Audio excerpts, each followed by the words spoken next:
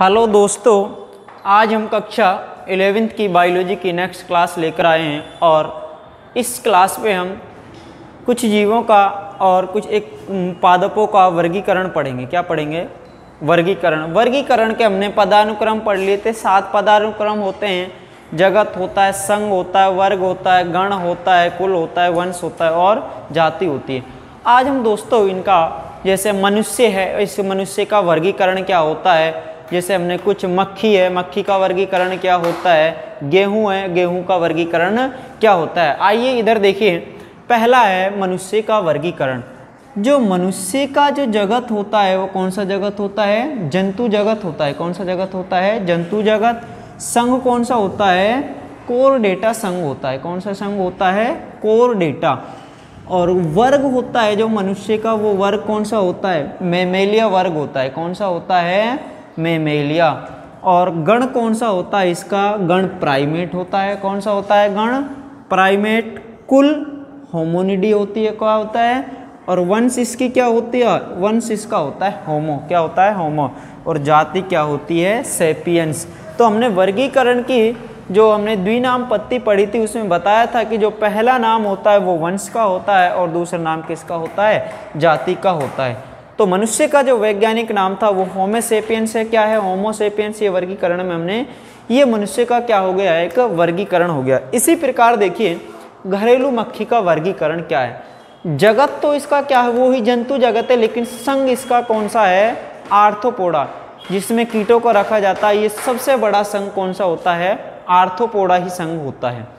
Number 3 वर्ग इसका कौन सा? इंसेक्टा। इस इंसेक्टा वर्ग में कीटों को रखा जाता है। किसको रखा जाता है? कीटों को। गण इसका कौन सा होगा? गण इसका होगा डिप्टेरा। कौन सा होगा? डिप्टेरा गण होगा। कुल कौन सा होगा? क्यूसिडी होगा। कौन सा होगा? क्यूसिडी। और वंश कौन सा होगा इसका? मस्का। और जाति दोस्तों इसकी क्या होगी? डोमेस्टिका। तो घरेलू मक्खी है, इसका जो वैज्ञानिक नाम होगा मस्का डोमेस्टिका होता है। क्या होता है? मस्का डोमेस्टिका। क्या होता है? मस्का डोमेस्टिका होता है। और जो मनुष्य है इसका हमने पढ़ चुका है, क्या होता है? होमो सेपियंस होता है। क्या होता है? होमो सेपियंस। अब तीसरा जो हम पढ़ रहे हैं, गेहूं का वर्गीकरण पढ़ रहे हैं। किसका वर्गीकरण पढ़ रहे हैं दोस्तों? गेहूं का वर्गीकरण। जगत कौन सा इसका? पादप जगत है। कौन सा जगत है? पादप जगत। संघ कौन सा है? आवृत बीजी। पादप 2 प्रकार के हमने 11वीं क्लास में हम 2 प्रकार के पादप पढ़ते हैं, आवृत बीजी और अनावृत बीजी। तो इसका जो एक संघ होता है वो क्या होता है? आवृत बीजी होता है। वर्ग कौन सा होता है? एक बीजी होता है। कौन सा होता है? ये एक बीज पत्री ये पादप होते हैं। गण कौन सा होता है इसका? पोइब्स होता है। कौन सा होता है? पोइब्स। कुल कौन सा होता है इसका? पोइसी होती है। और वंश क्या होता है इसका? टेट्रिकम। और जाति क्या होती है इसकी? एस्टाइवम।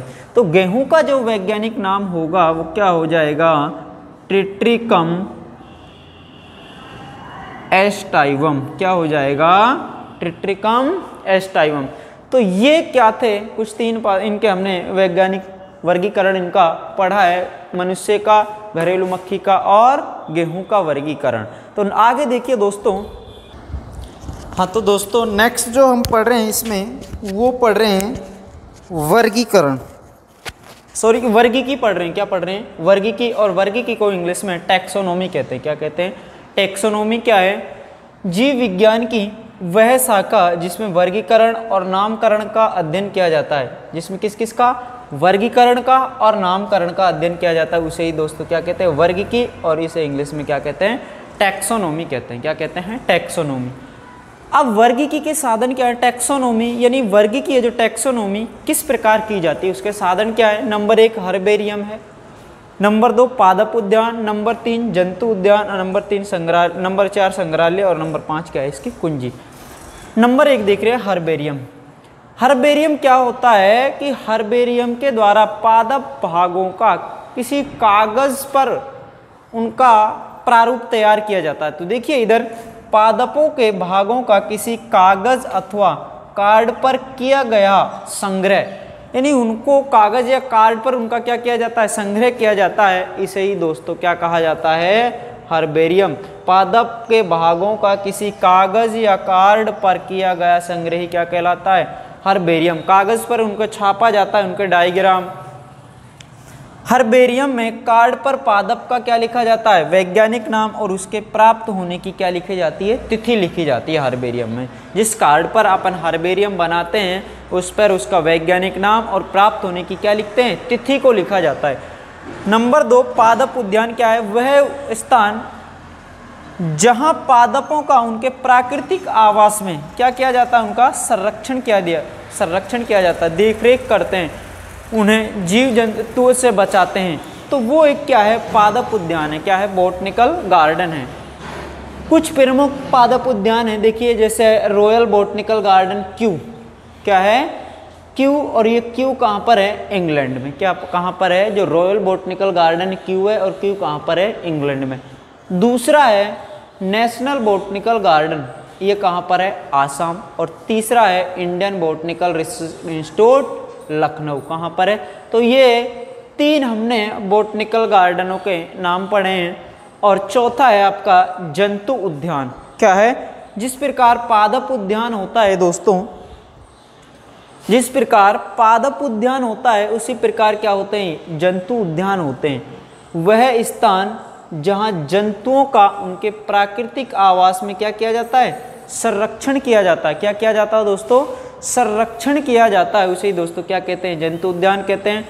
नेक्स्ट है आपका संग्रहालय, वे स्थान जहां जीव जंतुओं के मृत भागों एवं अवशेषों का प्रदर्शन किया जाता है, उन्हें क्या कहते हैं, संग्रहालय, म्यूजियम।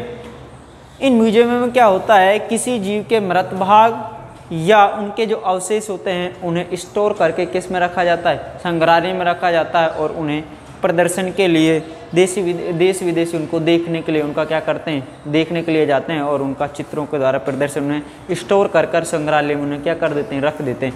जिस प्रकार राजा महाराजाओं की पुरानी जो चीज़ें इस टाइम तक वो रखी हैं, वो कहाँ पर ही रखी हैं, संग्रहालयों में ही रखी रहती हैं। लास्ट है इसका कुंजी। इनका जो वर्गीकरण किसी जीव का स्थान तलाशने के लिए किया जाता है, और इनमें प्रत्येक प्रश्न के लिए एक सही विकल्प होता है, एक गलत विकल्प होता है। कुंजी ध्यान देना, इनका वर्गीकरण किसी जीव के स्थान तलाशने के लिए किया जाता है, और इनमें 2 विकल्प होते हैं, एक सही विकल्प होता है, एक गलत विकल्प होता है। सही विकल्प को चुनकर हमें आगे बढ़ना होता है, सही विकल्प को चुनकर हमें क्या बढ़ना होता है, आगे बढ़ना होता है। तो एक बार इसे दोबारा से आप देख लीजिए। हर्बेरियम क्या है, हर्बेरियम को किसी कार्ड या कागज पर तैयार किया जाता है, और कार्ड या कागज पर तैयार कर उस पर उसका वैज्ञानिक नाम और प्राप्त होने की क्या लिखी जाती है, तिथि लिखी जाती है। दूसरा है आपका पादप उद्यान। पादप उद्यान क्या है दोस्तों, कि पादप उद्यान वह है स्थान जहां पादपों का उनके प्राकृतिक आवास में अपन क्या कर लेते हैं, उनका संरक्षण, उनकी देख रेख करते हैं। तो वो आपका क्या हो जाएगा, पादप उद्यान। हमने पादप उद्यान भी कुछ बताए हैं, कौन कौन से हैं, रॉयल बॉटनिकल गार्डन ये इंग्लैंड में है, और ये नेशनल बॉटनिकल गार्डन ये कहाँ पर है, आसाम में, और इंडियन बॉटनिकल रिसर्च इंस्टीट्यूट ये कहाँ पर है, लखनऊ में। जंतु उद्यान क्या है, जंतुओं का भी उनके प्राकृतिक आवास में क्या करा जाता है, उनका संरक्षण करा जाता है, तो वो क्या हो जाएंगे, जंतु उद्यान हो जाएंगे। संग्रहालय जो मृत हो गए या विलुप्त हो गए, उनका जो डाटाबेस रखा जाता है वो संग्रहालय में रखा जाता है, और उनका प्रदर्शन करते हैं, लोगों को दिखाते हैं। देश विदेश से जो व्यक्ति जाते हैं टूर पर, उनके लिए उन्हें दिखाया जाता है, संग्रहालय में वो घूमते हैं, म्यूजियम में, जगह जगह पर। कुंजी क्या है, कुंजी किसी जीव की पहचान या पहचान ना कहकर स्थान तलाशने का, इसमें किसी जीव का वर्गीकरण किसी जीव की स्थान तलाशने में किया जाता है, ये कहाँ से हमें कि ये प्राप्त हुआ है। और इसमें 2 विकल्प होते हैं, एक सही विकल्प होता है दोस्तों, एक गलत विकल्प होता है, और सही विकल्प को चुनकर हमें क्या बढ़ना होता है, आगे बढ़ना होता है। तो दोस्तों इसी के साथ आपका जो पाठ है ये कंप्लीट हो चुका है, और कल हम बायोलॉजी की नेक्स्ट क्लास लेकर आएंगे। धन्यवाद।